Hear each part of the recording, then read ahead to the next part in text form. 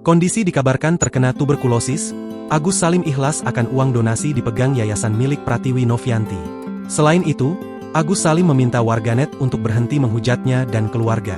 Hal tersebut disampaikan Agus Salim usai menjalani pengobatan di rumah sakit melansir dari YouTube Intense Investigasi, Kamis, 24 Oktober 2024. Saat ini Agus mengaku sedang fokus pada pengobatannya dan ingin segera bebas dari huru-hara ini. Agus ikhlas dikembalikan. Mbak juga yang bantu Agus dari awal, mungkin Agus belum pantas mendapatkan itu semua. Apapun yang Mbak lakukan itu yang terbaik untuk Agus, katanya.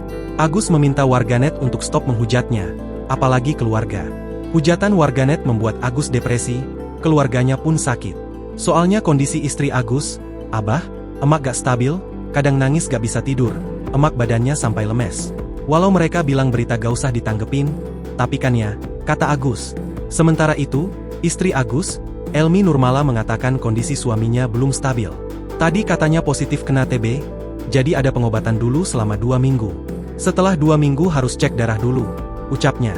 Saat ini Agus pun sedang drop, panas tinggi. Badannya pun lemas dan masih perih karena disiram air keras oleh rekan kerjanya, Aji.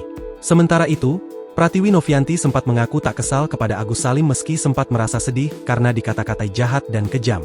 Pratiwi Novianti menduga ada pihak yang memanas-manasi Agus Salim, hingga akhirnya masalah donasi berlarut sampai ke laporan polisi.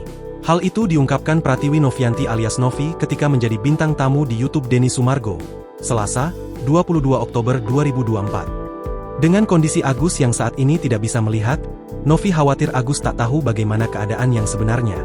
Novi pun membantah tuduhan menghina Agus dan keluarga. Menurutnya, apa yang ia bagikan di media sosial adalah fakta. Meski begitu, Novi tak memungkiri sempat merasa sangat sedih mendengar ucapan Agus ketika berbincang dengan pengacara, Farhad Abbas. Pasalnya beberapa waktu lalu, Agus sempat menyebut Novi merupakan sosok yang jahat dan kejam kepada Farhad Abbas.